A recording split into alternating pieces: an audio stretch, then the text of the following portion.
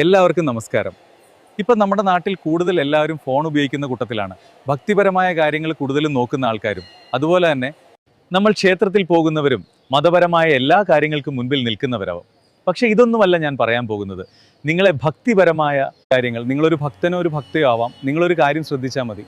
ചിലപ്പോൾ വീട്ടിൽ പ്രശ്നങ്ങളുണ്ടാകാം, ചിലപ്പോൾ ജോലിപരമായ കാര്യങ്ങൾ, ചിലപ്പോൾ ഒരു മനസമാധാനം ഉണ്ടാവില്ല. അപ്പോൾ നമ്മൾ ആരെന്ത് പറഞ്ഞാലും വിശ്വാസത്തോടെ കേൾക്കും.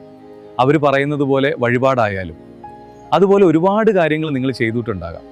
എന്നിട്ട് നമുക്കൊരു മനസമാധാനവും കിട്ടുന്നില്ല. അപ്പോൾ നമ്മുടെ കയ്യിലുള്ള പൈസയും പോകും. മറ്റുള്ളവരെ വിശ്വസിക്കുന്നതിനേക്കാൾ നല്ലത് നിങ്ങളുടെ വിശ്വാസം. നിങ്ങൾക്ക് എന്താണോ തോന്നുന്നത് അത് ചെയ്യും. ഇപ്പോൾ ഭക്തി ഒരു ബിസിനസ്സായി കാണുന്ന നമ്മുടെ നാട്ടിൽ യഥാർത്ഥ ഭക്തി ആരും കാണില്ല. യഥാർത്ഥ ഭക്തി പണമല്ല. നിങ്ങളോട് പണം ചോദിച്ചാൽ നിങ്ങൾ മനസ്സിലാക്കൂ, അത് തട്ടിപ്പാണ്. ഇത് പറയാനുള്ള കാരണം, ഒരു മന്ത്രവാദി ഒരു പാവം ഭക്തൻ്റെ കയ്യിൽ നിന്നും ഒരുപാട് പണം പറ്റിച്ചു. പണം പോയതിനു ശേഷം അദ്ദേഹത്തിന് മനസ്സിലായി ഇത് തട്ടിപ്പാണെന്ന് വെച്ചു. ഒരു ഉദാഹരണം, നിങ്ങളുടെ പ്രശ്നം എന്ത് തന്നെയായാലും ഒരു ചരട് ജപിച്ച് കിട്ടിയാൽ തീരുമോ? ഇല്ല, തീരില്ല. ഒരു ചരട് ജപിച്ച് കിട്ടിയാൽ ഒരിക്കലും പ്രശ്നം തീരില്ല. നിങ്ങളുടെ പ്രശ്നം തീരണമെന്നില്ല. നിങ്ങളുടെ പ്രശ്നം തീരണമെങ്കിൽ നിങ്ങൾ തന്നെ പ്രശ്നം എന്തെന്ന് മനസ്സിലാക്കി അതിനുവേണ്ടി പോരാടണം. അപ്പോൾ മാത്രമേ നിങ്ങളുടെ പ്രശ്നത്തിന് പരിഹാരം ഉണ്ടാകൂ. അല്ലാതെ ഒരു ചരട് കെട്ടിയത് കൊണ്ടോ പ്രശ്നം തീരില്ല. നിങ്ങൾ ഏത് ഭഗവാനെയാണോ പൂജിക്കുന്നത് ആ ഭഗവാൻ നിങ്ങളെ കൈവിടില്ല. ഇപ്പോഴുള്ള പ്രശ്നങ്ങൾ നിങ്ങളുടെ മനഃശക്തി വർദ്ധിപ്പിക്കാൻ ഏത് പ്രശ്നം വന്നാലും ആ പ്രശ്നത്തെ നേരിടണം. അപ്പോൾ നിങ്ങൾക്ക് തന്നെ മനസ്സിലാകും. വേറൊരു കാര്യം കൂടി ഞാൻ പറയാം. നിങ്ങളുടെ പ്രശ്നങ്ങൾക്ക് മുന്നിൽ നിങ്ങൾ ശക്തിയായി പോരാടുക. തീർച്ചയായും നിങ്ങളുടെ പ്രശ്നങ്ങൾ തീരും.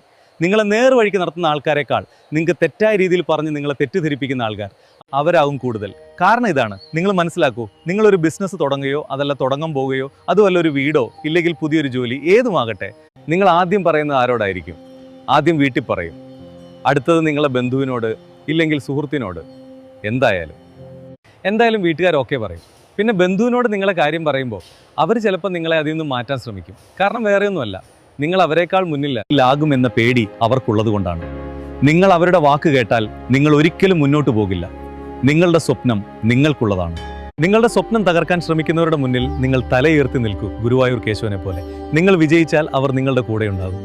അവരെ നീ മനസ്സിലാക്കും. അവരെ നിന്നിൽ നിന്നും മാറ്റി നിർത്തും. മനസ്സിൽ സന്തോഷം വരുമ്പോൾ ഭഗവാനെ പ്രാർത്ഥിക്കാതിരിക്കുകയും സങ്കടം വരുമ്പോൾ ഭഗവാനെ എന്ന് വിളിക്കുകയും ചെയ്യും. അതാണ് നമ്മുടെ പ്രശ്നം. നീ വിശ്വസിക്കുന്ന നിന്റെ ഭഗവാൻ ഒരിക്കലും നിന്നെ കൈവിടില്ല. ഒരു കാര്യം, വേറെയൊന്നുമല്ല. നിങ്ങളുടെ മനസ്സിൽ സമാധാനമില്ലാന്ന് തോന്നുന്നുണ്ടോ? ഒരു കാര്യം മനസ്സിലാക്കൂ. നിങ്ങൾ നിങ്ങളുടെ മാതാപിതാക്കളെ സന്തോഷത്തോടെ നോക്കൂ. അവരുടെ മനസ്സിൽ സങ്കടം വന്നാൽ നമ്മൾ എത്ര ക്ഷേത്രത്തിൽ പോയാലും എന്ത് തന്നെ ചെയ്താലും നമ്മുടെ മനസ്സിൽ സമാധാനം ഉണ്ടാകില്ല. മാതാപിതാക്കളുടെ മനസ്സിൽ എപ്പോഴും സന്തോഷത്തോടെ ഇരുന്നാൽ നിങ്ങൾ ചെയ്യുന്ന ഓരോ കാര്യവും നല്ല നിലയിൽ വരും. അച്ഛനമ്മമാർ നമ്മളെ വഴക്ക് പറയും, അത് നമ്മുടെ നാളേക്കുള്ള നല്ലതിന് വേണ്ടിയാണ്.